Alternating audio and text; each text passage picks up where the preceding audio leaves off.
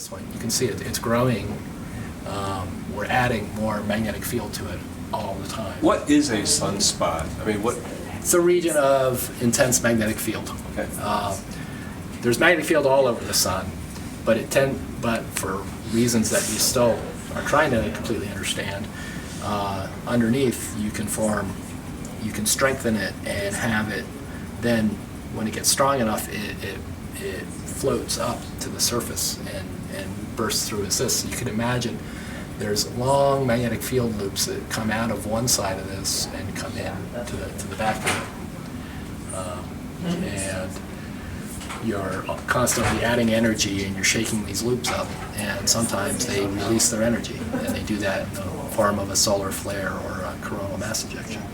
We have 3 different kinds of space weather that we really worry about for customer support, and the first one is the solar flare. It's the first one we can see that affects radio communications, so HF or rescue missions. The military cares about that a lot, obviously, and then ham radio operators. And then the second one is solar radiation storms, and those have 2 effects. You have some radio interference up on the poles, so that can affect airlines that are going to be flying over the poles, and then so they might have to reroute down south so that they can have better communication, and that costs them a lot of money, as far as which is why we're under the Department of Commerce. But as far as fuel and time and delays and such, so they care about that one. And then also the astronauts. We talk to NASA once a day to give them an idea of what the solar radiation probabilities are for a storm, because there are some biological hazards that come along with them if they're not, especially if they're not inside the space station. So if they want to do any extra vehicular activity, then they make sure that they talk to us ahead of time. What time of day do you speak to them each day? We talk to them at 10:30 in the morning our time, so 11:30 their time every day, and then for any kind of special support, they also let us know when to call them. And then we talk to the Air Force 3 times a day, also to coordinate, make sure that we're all on the same page.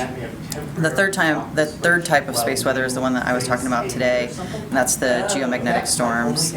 And so let me just interject. Did you not reference the other 2 types of activity in this forecast? I did reference it, but the probabilities are kind of mid-range for how much we were expecting for flare probabilities, and then almost no probability for the solar radiation storms. Okay. So it's low probability based on the sunspot groups that are active right now.